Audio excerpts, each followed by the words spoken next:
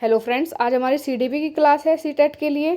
और सीडीपी की क्लास में आज हम लेव वाइगोत्स्की के सामाजिक सांस्कृतिक विकास के सिद्धांत से आधारित 20 महत्वपूर्ण प्रश्नों को हल करेंगे। इससे पहले वाली क्लास में मैं आपको लेव वाइगोत्स्की के थ्योरी करा चुकी हूँ अच्छे से। अगर आपने वो क्लास अच्छे से देखी है, अच्छे से रिवाइज करी है, तो आज की जो क्लास में जितने भी क्वेश्चन हैं आप उनको इजीली कर पाओगे। तो चलिए दोस्तों, शुरू कर लेते हैं आज की क्लास। इससे पहले अगर आपने चैनल सब्सक्राइब नहीं किया है तो चैनल को सब्सक्राइब कर लें। चलिए दोस्तों, चलते हैं पहले क्वेश्चन पर।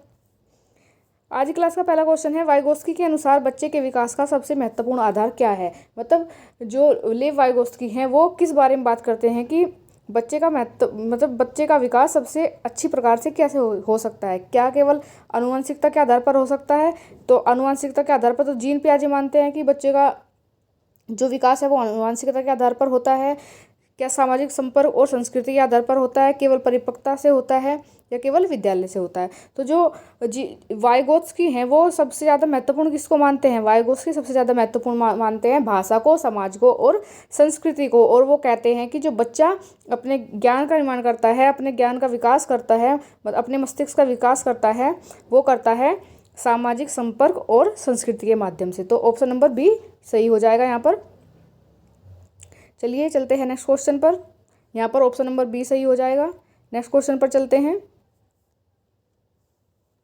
नेक्स्ट क्वेश्चन में पूछा है कि लेव वाइगोत्स्की के अनुसार बच्चा सबसे प्रभावी ढंग से कब सीखता है। मतलब कौन सा तरीका है जिस तरीके से बच्चा सबसे अच्छी प्रकार से सीखेगा।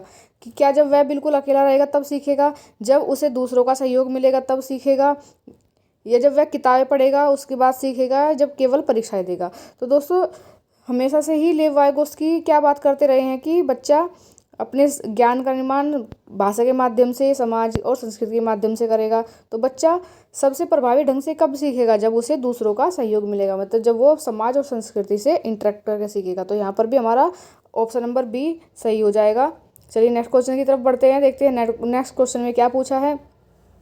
नेक्स्ट क्वेश्चन में पूछा है कि ZPD zone of proximal development का क्या अर्थ होता है। जब हमने थ्योरी की क्लास करी थी तो हमने ये ZPD बहुत अच्छे से समझाया था आपको कि जो ZPD होता है वो क्या होता है। तो देखिए, आइए देखते हैं कि ZPD क्या होता है। ऑप्शन नंबर ए है, जब बच्चा स्वयं कार्य करता है तो क्या उसको ZPD कहते हैं। जो बच्चा कभी नहीं सीख सकता, क्या उसको ZPD कहा जाता है। या जो बच्चा सहायता से सीख सकता है उसको ZPD कहते हैं, या जो केवल शिक्षक कर सकता है उसको ZPD कहते हैं। तो हमने जो हमने थ्योरी की क्लास करी थी उसमें हमने बहुत अच्छे से पढ़ा था कि जो ZPD क्या होता है, जोन ऑफ प्रॉक्सिमल डेवलपमेंट। कि जब बच्चा दूसरों की सहायता से करता है उसको ही क्या बोला जाता है, ZPD, निकट विकास का क्षेत्र। और जो ये सहायता करता है उसको बोलते हैं स्कैफोल्डिंग। ठीक है, तो यहाँ पर ऑप्शन नंबर सी, जब बच्चा सहायता से सीख सकता है उसको ही ZPD कहा जाता है। नेक्स्ट नंबर पर चलते हैं। नेक्स्ट नंबर पर पूछा है दोस्तों, स्कैफोल्डिंग का क्या अर्थ होता है। जो स्कैफोल्डिंग होती है उसको क्या अर्थ होता है। क्या बच्चे को दंड देना स्कैफोल्डिंग होता है, या सीखने के दौरान अस्थायी सहायता देना स्कैफोल्डिंग होता है, केवल गृह कार्य देना या परीक्षा लेना। तो इनमें से क्या होता है स्कैफोल्डिंग। दोस्तों, सीखने के दौरान जो अस्थायी सहायता दी जाती है, ठीक है, वो अस्थायी सहायता जो होती है, जो उसको कोई टीचर भी दे सकता है, या कोई मतलब ऐसा बंदा जो हमसे ज़्यादा नॉलेज रखता है वो दे सकता है, जिसको हम MKO के नाम से जानते हैं। तो ये एक अस्थायी सहायता होती है। ठीक है, ये हिंट दिया जाता है। मान लीजिए हम किसी क्वेश्चन करते हुए फंस गए तो हमें एक हिंट दे दी जाएगी, हाँ ये इस तरह से हो सकता है, फिर हम उसको ईजिली कर सकते हैं। तो ये होती है अस्थायी सहायता, जिसको हम स्कैफोल्डिंग के नाम से जानते हैं। ये या अस्थायी मदद, इसको हम मदद भी बोलते हैं। कि मान लीजिए किसी ने हमारी कोई अस्थायी मदद कर दी तो उसको भी, मदद करने को भी क्या बोला जाता है, स्कैफोल्डिंग बोला जाता है। तो स्कैफोल्डिंग क्या अर्थ होता है, सीखने के दौरान अस्थायी सहायता देना। चलिए दोस्तों, नेक्स्ट क्वेश्चन पर चलते हैं। नेक्स्ट क्वेश्चन है, यदि शिक्षक कठिन प्रश्न हल करते समय शुरुआत में मदद करे और बाद में मदद कम कर दे तो ये क्या कहलाएगा। तो यहाँ पर अभी हम पिछले क्वेश्चन में पढ़ के आए हैं, बस लैंग्वेज चेंज हो गई है। यही खेल है सीटेट में कि एक क्वेश्चन को घुमा फिरा के पूछ लेता है, लेकिन बार बार आंसर तो वही आना है। भाई अगर वाइगोत्स्की ने ये कह दिया कि जब हम किसी व्यक्ति की या बच्चे की मदद करते हैं, अस्थायी मदद करते हैं, तो उसको स्कैफोल्डिंग कहा जाएगा। तो उस क्वेश्चन को घुमा फिरा के कैसे ही पूछ ले, आंसर तो सेम ही रहना है, स्कैफोल्डिंग। तो शिक्षक क्या करता है, एक बच्चे के को कठिन प्रश्न दिया उसने, शुरुआत में तो क्या करा, शुरुआत में मदद करा और बाद में मदद करना धीरे धीरे कम कर दिया, तो इसको ही क्या बोलेंगे, इसको ही बोलेंगे स्कैफोल्डिंग।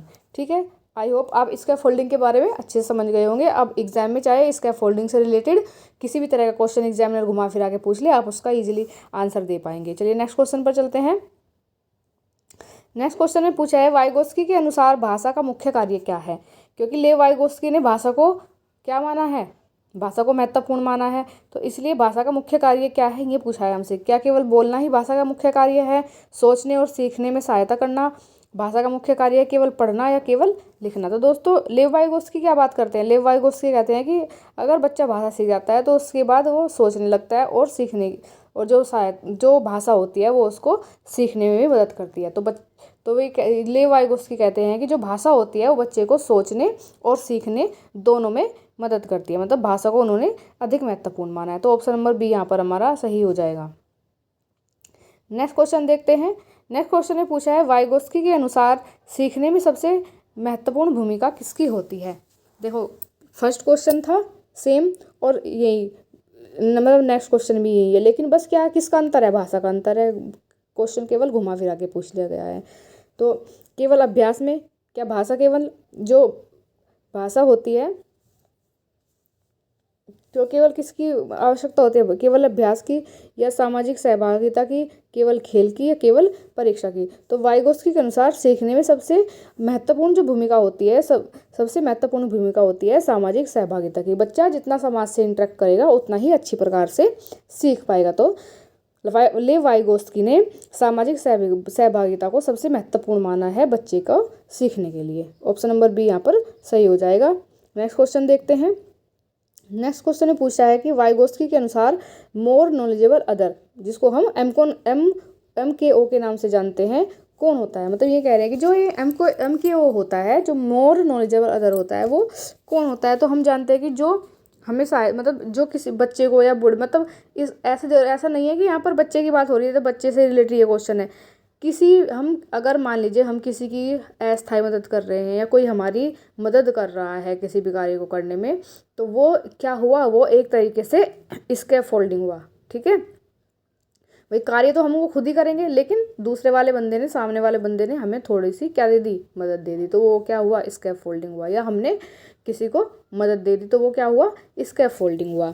तो स्कैफोल्डिंग कौन देता है हमेशा, स्कैफोल्डिंग हमेशा देगा MKO, जो मोर नॉलेजेबल अदर होगा, जो हमसे ज़्यादा जानने वाला होगा। अब ये पूछा हुआ है कि कौन कौन हो सकता है, जरूरी नहीं कि वो केवल अध्यापक ही हो, तो कौन हो सकता है, कम जानने वाला नहीं। कम जानने वाला कैसे स्कैफोल्डिंग दे देगा, जब उसको खुद को ही नहीं पता होगा तो वो हमें कैसे स्कैफोल्डिंग दे देगा। अधिक ज्ञान या कौशल रखने वाला, जी बिल्कुल, जिसके पास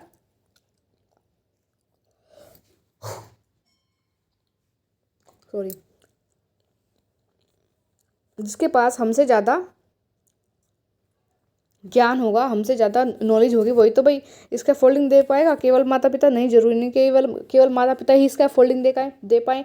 हमारा मित्र, हमारे भाई बहन, हमारे शिक्षक, कोई भी हमें इसका फोल्डिंग दे सकता है, केवल मित्र नहीं, ऐसा भी नहीं है। तो इसका फोल्डिंग हमेशा कौन देता है, इसका फोल्डिंग देता है अधिक ज्ञान या कौशल रखने वाला व्यक्ति। यहाँ पर ऑप्शन नंबर बी सही हो जाएगा। तो चलिए नेक्स्ट क्वेश्चन पर चलते हैं। नेक्स्ट क्वेश्चन में पूछा है कि जो MK होता है, जिसके बारे में हम अभी बात कर रहे थे, वो कौन हो सकता है, जो हमें अतिरिक्त ज्ञान और कौशल देता है, तो हमें थोड़ी मदद करता है, हमें इसका फोल्डिंग देता है, वो कौन हो सकता है। वो शिक्षक भी हो सकता है, हमारे माता पिता भी हो सकते हैं, हमारा बड़ा भाई बहन भी हो सकते हैं, हमारे मित्र भी हो सकते हैं, है ना। तो उपरोक्त सभी कौन हो सकते हैं, MKO। बस उनके पास हमसे ज़्यादा नॉलेज होनी चाहिए, हमसे ज़्यादा अनुभव होना चाहिए। तो ऑप्शन नंबर डी यहाँ पर हमारा सही हो जाएगा। चलिए दोस्तों चलते हैं नेक्स्ट क्वेश्चन पर। और मैं उम्मीद कर पा रही हूँ कि आपको आज के क्वेश्चन बहुत इजी लग रहे होंगे। और इजी लगने का कारण ये है कि आपने लास्ट क्लास जो मैंने कराई थी वो बहुत अच्छे से देख ली है, अच्छे से रिवाइज कर ली है। तो आपको आज के क्वेश्चन बिल्कुल ऐसे लग रहे होंगे कि बिल्कुल इजी क्वेश्चन है, लेकिन इजी क्वेश्चन नहीं है, सब CTET के क्वेश्चन है। इजी लगने का कारण बस यही है कि आपने अच्छे से तैयारी कर ली है, थ्योरी को अच्छे से समझ लिया है। चलिए देखते हैं नेक्स्ट क्वेश्चन में क्या पूछा है। नेक्स्ट क्वेश्चन में पूछा है वाइगोस्की के अनुसार सीखना सबसे पहले कहाँ होता है। मतलब इन्होंने पूछा है कि जो बच्चा होता है वो सबसे पहले कहाँ से सीखता है। क्या व्यक्ति के भीतर होता है सीखना, समाज स्तर पर होता है, केवल विद्यालय में होता है, केवल घर में होता है। तो दोस्तों देखिए, जो सीखना होता है इनके अनुसार वो कहाँ होता है, सामाजिक स्तर पर। कि बच्चा कहाँ से सीखेगा, समाज से अंतःक्रिया करके सीखेगा। देखो सीखते तो हम घर में भी हैं, सबसे पहले हमारा सीखना कहाँ से शुरू होता है, घर से ही शुरू होता है। विद्यालय में भी सीखते हैं, व्यक्ति अपने अंदर भी सीखता है। लेकिन जो वाइगोस्की मानते हैं कि जो सीखना सबसे पहले होता है वो बच्चा समाज से अंतःक्रिया करके सीखता है। अपने ज्ञान का निर्माण समाज से अंतःक्रिया करके करता है। इसलिए ऑप्शन नंबर बी यहाँ पर हमारा सही हो जाएगा। नेक्स्ट क्वेश्चन में चलते हैं। नेक्स्ट क्वेश्चन पर देखते हैं कि क्या पूछा गया है हमसे। नेक्स्ट क्वेश्चन में पूछा है कि वाइगोस्की का सिद्धांत किस बात पर सबसे अधिक बल देता है। तो कौन सी बात है इनमें से जिस पे वाइगोस्की का सिद्धांत सबसे अधिक बल देता है। क्या केवल अनुवांशिकता, नहीं, ये तो अनुवांशिकता की बात करते ही नहीं है, बल्कि इस चीज़ को लेकर इनका अपवाद वो भी है कि इनकी आलोचना भी हुई थी, क्योंकि इन्होंने हेरिडिटी को बिल्कुल भी महत्वपूर्ण नहीं माना था। क्या केवल आयु, क्या केवल बुद्धिलब्धि, नहीं जी, ये सबसे अधिक बल देते हैं सामाजिक एवं सांस्कृतिक वातावरण पर। तो लेव वाइगोस्की सबसे ज़्यादा किस पर बल देते हैं, ये बल देते हैं सामाजिक एवं सांस्कृतिक वातावरण पर। ऑप्शन नंबर ए हमारा सही हो जाएगा। नेक्स्ट क्वेश्चन की तरफ चलते हैं। नेक्स्ट क्वेश्चन में पूछा है यदि दो बच्चे मिलकर समस्या हल करते हैं तो यह किस सिद्धांत पर आधारित है।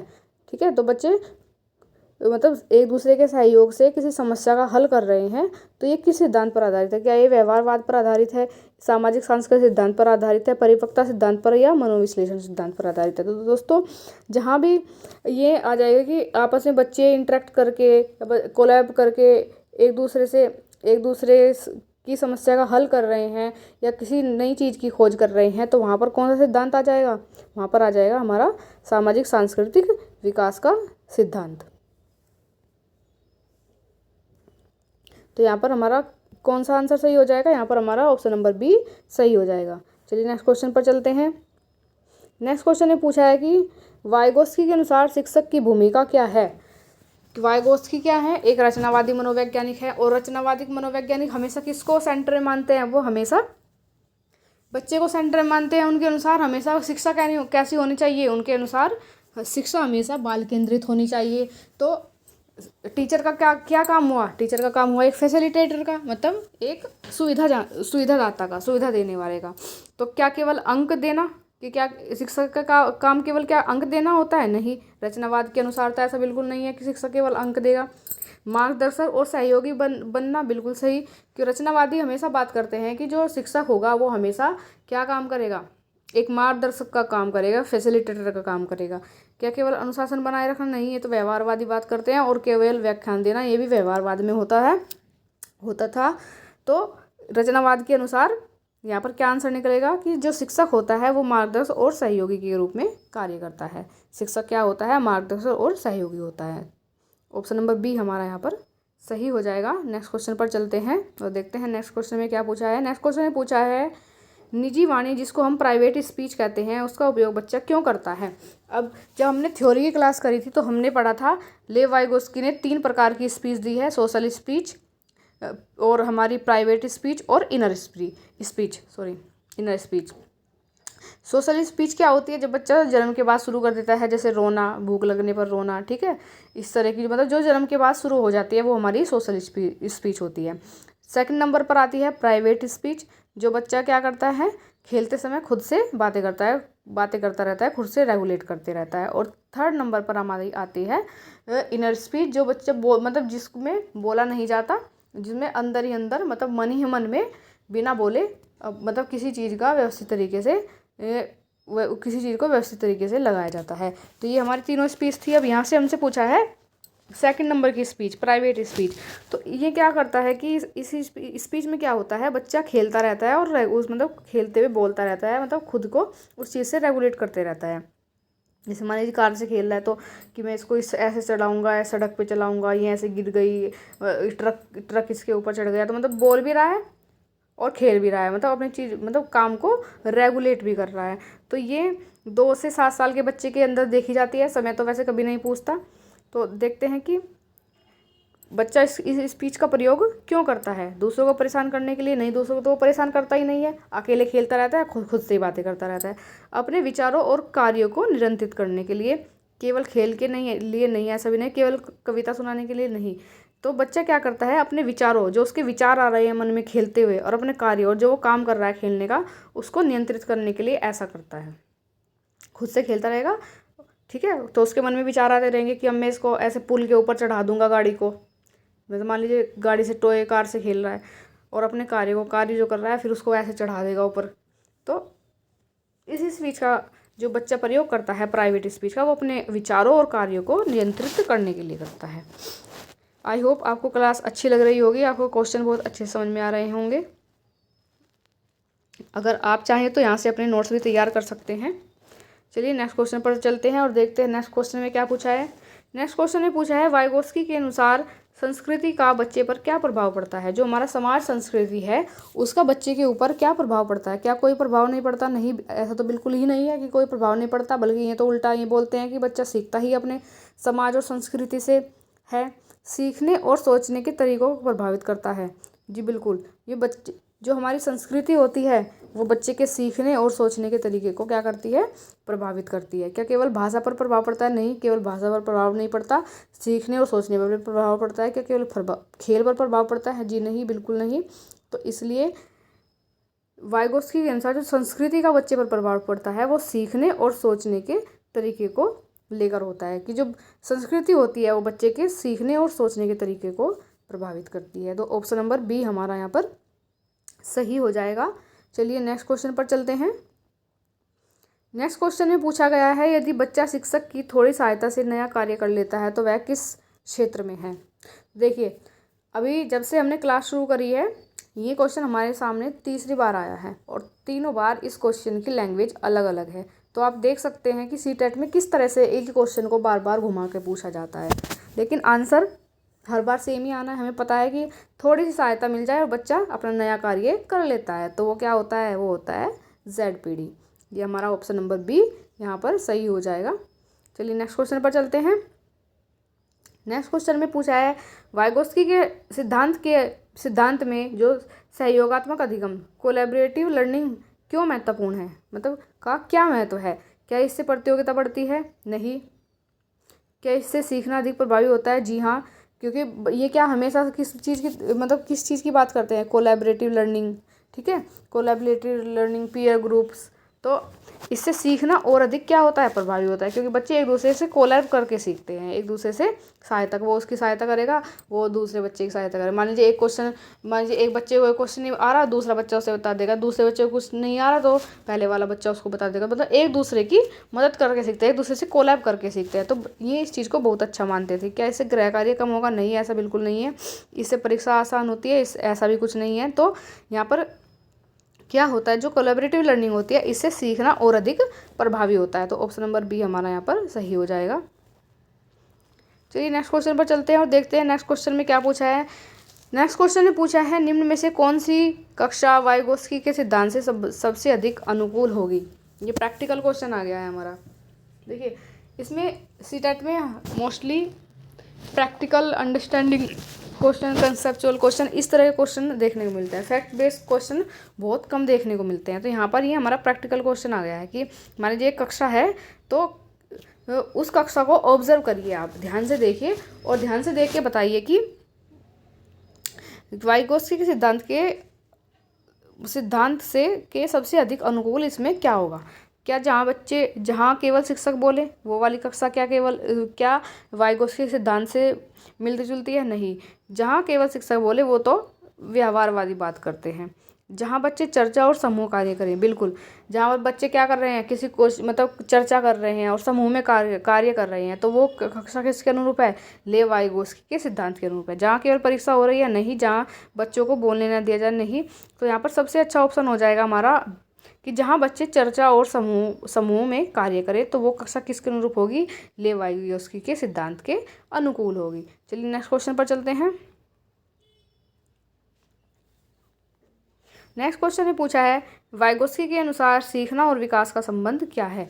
लेव वाइगोस्की सीखने और विकास के संबंध में मतलब क्या क्या महत्वपूर्ण मानते हैं? पहले विकास होगा फिर सीखना होगा? नहीं, ये तो जीन पियाजे बात करते हैं। ये जीन पियाजे क्या बात करते हैं? पहले बच्चा अपने संज्ञानात्मक विकास का निर्माण करेगा, उसके बाद बच्चा सीखेगा। सीखना विकास को आगे बढ़ाता है।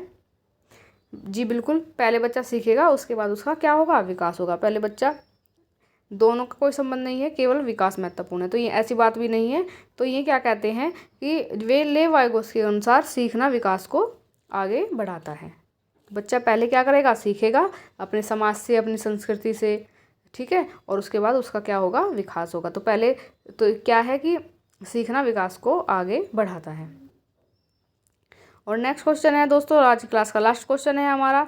फिर आप ज़रूर बताना कि आपको क्लास कैसी लगी। नेक्स्ट क्वेश्चन है, सीटेट में वाइगोस्की के सिद्धांत से सबसे अधिक पूछा जाने वाला सबसे महत्वपूर्ण शब्द कौन सा है? क्या रेनफोर्समेंट है, क्या जेडपीडी है, क्या कंडीशनिंग है, ट्रायल एंड एरर थ्योरी? तो देखो, ये जो conditioning, trial and error theory, reinforcement, ये आपको सब व्यवहारवादियों के सिद्धांतों में देखने को मिलेंगे। लेकिन जो जेडपीडी है, ये सबसे ज़्यादा कहाँ देखने को मिलता है? ये सबसे ज़्यादा लेव वाइगोस्की के सिद्धांत में देखने को मिलता है, और सबसे ज़्यादा सीटेट में पूछे जाने वाला शब्द भी यही है। तो दोस्तों, ये थे आज की क्लास के 20 महत्वपूर्ण प्रश्न आपके लेव वाइगोस्की के सिद्धांत पर जो आधारित थे। आई होप आपको आज की क्लास बहुत ही वैल्यूबल लगी होगी, क्योंकि आज की क्लास में जितने भी इनके सिद्धांत से क्वेश्चन बन सकते थे, सारे ही क्वेश्चन मैंने आपको करा दिए हैं। तो और आगे आने वाली वीडियो बताना आप कौन से टॉपिक पर मैं लेकर आऊँ आपके लिए, आप कमेंट बॉक्स में बता देना मुझको। तो चलिए दोस्तों, आज की क्लास में इतना ही। मिलते हैं नेक्स्ट वीडियो में, तब तक के लिए धन्यवाद।